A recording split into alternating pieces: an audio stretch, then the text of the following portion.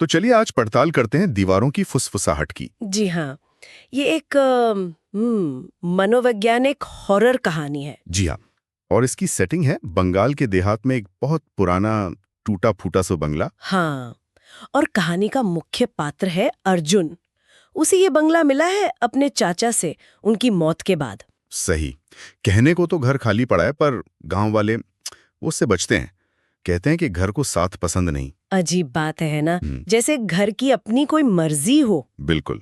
और अर्जुन वो इन सब बातों को मानता नहीं, कहता है ये सब अंधविश्वास है। हाँ, और यहीं से वो टेंशन, वो माहौल बनना शुरू होता है। तो आज हम इसी कहानी के डर और रहस्य के ताने बाने को समझने की कोशिश करेंगे। हाँ, देखेंगे कि ये सिर्फ एक आम भूत की कहानी से ज्यादा कैसे है। तो शुरुआत कहाँ से होती है?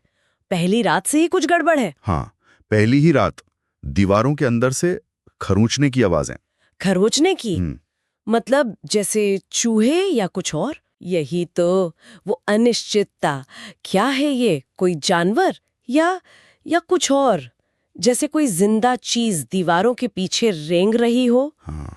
ये शक ही डर की पहली सीढ़ी है। और ये शक फिर बढ़ता जाता है ना, फुसफुसाहट भी शुरू होती है। जी। तुम्हें यहाँ नहीं होना चाहिए, ऐसी आवाजें।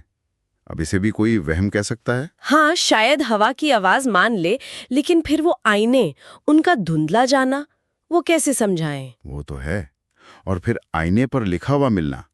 पहले सिर्फ नाम अर्जुन का। अच्छा, सिर्फ नाम? हाँ, और फिर वो संदेश बदल जाता है। एक सीधी चेतावनी, बाहर निकलो या हमेशा के लिए रहो। बाप रे, ये तो बड़ा खतरनाक मोड़ है। मतलब डर अब सीधे अर्जुन से बात कर रहा है। बिल्कुल। अब ये सिर्फ माहौल का डर नहीं, ये एक सीधा खतरा है। एक भयानक चुनाव दिया जा रहा है उसे। और ये दबाव सिर्फ दिमाग पर नहीं रहता, फिजिकल हो जाता है। जब वो लड़की दिखती है। हाँ, तीसरी रात वो एक छोटी लड़की को देखता है। पीली सी त्वचा, धंसी हुई आंखें, हॉल के एकदम आखिर में खड़ी। बस खड़ी है, हिलती डुलती नहीं, बस घूरती रहती है। और फिर गायब हो जाती है। गायब। और फिर अगली रात फिर वहीं दिखती है उसी जगह। ये बहुत बहुत बेचैन करने वाला है, जैसे वो अर्जुन के दिमाग पर हावी हो रही हो। हाँ, समझ आता है कि अर्जुन क्यों घबराकर पुजारी को बुलाता है, कोई भी बुलाएगा। लेकिन पुजारी की प्रतिक्रिया तो और भी अजीब है।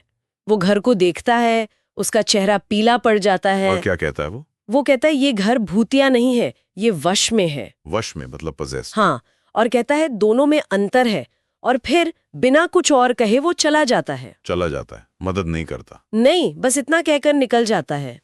ये बात ये कहानी को और डरावना बना देती है। वश में होने का मतलब है कि कोई बाहरी ताकत है, या शायद घर खुद ही एक जीवित चीज बन गया है। हाँ, शायद। और पुजारी का ऐसे चले जाना मतलब ये मामला इंसानी पहुंच से बाहर है। इस पॉइंट पर तो अर्जुन के पास शायद कोई रास्ता नहीं बचता। उसे जानना है कि आखिर है क्या। बिल्कुल। इसीलिए वो दीवार तोड़ता है, प्लास्टर के पीछे देखता है कि क्या है। और वहां क्या मिलता है? ईंटें नहीं, एक संकरी सी खाली जगह, और उसमें दर्जनों संदेश, खून से खरोच कर लिखे हुए। खून से? है भगवान। और साथ में छोटी बच्चों के साइज की हड्डियां। हड्डियां बच्चों की? वो खरोचने की आवाजें। हाँ। वो आवाजें सच थीं। वो कोई अंदर फंसा हुआ था जो लिख रहा था, खरोच रहा था। ये हड्डियां बताती हैं कि घर में भयानक हिंसा हुई है। और ये सब पता चलते ही ठीक उसी वक्त वो लड़की वो फिर दिखती है, इस बार एकदम पीछे, पहले से कहीं ज्यादा पास। और वो मुस्कुराती है और कहती है, अब तुम भी घर का हिस्सा हो। उफ, रोंगटे खड़े हो गए। क्या मतलब है इसका? घर का हिस्सा हो? यही तो कहानी का सार है। वो घर सिर्फ डराता नहीं, वो अपने शिकार को अपने अंदर समा लेता है। उसे अपने इतिहास का, अपनी दीवारों का हिस्सा बना लेता है। कोई बचकर नहीं जा सकता। तो कहानी का अंत कैसे होता है? अर्जुन का क्या हुआ? अगले दिन घर फिर से वैसा ही शांत, खाली मिलता है, जैसा गांव वाले कहते थे। अर्जुन का क्या हुआ ये खुला छोड़ दिया गया है। लेकिन ये शांति झूठी है। हाँ, स्रोत इशारा करता है कि ये चक्र दोहराएगा। कोई नया आएगा और फिर से दीवारों से वो आवाजें सुनेगा। तो इस पूरी कहानी से, स्रोत से हमने क्या सीखा? हमने देखा कि मनोवैज्ञानिक डर कैसे धीरे धीरे बढ़ता है, कैसे अनदेखी चेतावनियां खतरनाक हो सकती हैं, और कैसे एक जगह, एक इमारत अपने शिकार को फंसा सकती है, उसे निगल सकती है। ये सिर्फ भूत प्रेत की कहानी नहीं है। नहीं, बिल्कुल नहीं। ये एक स्थान के वश में होने की कहानी है, उसके द्वारा इंसानों को अपना हिस्सा बना लेने की। ये वाकई सोचने पर मजबूर करता है। तो अंत में एक सवाल छोड़ जाते हैं सबके लिए। हाँ, कि क्या कोई इमारत, कोई घर अपने अंदर हुए हादसों को, उस दर्द को, उस आघात को सचमुच सोख सकती है? क्या दीवारें सिर्फ पत्थर और गारा होती हैं, या वो उन रहस्यों और त्रासदियों की गवाह बन सकती हैं, और शायद उनका हिस्सा भी?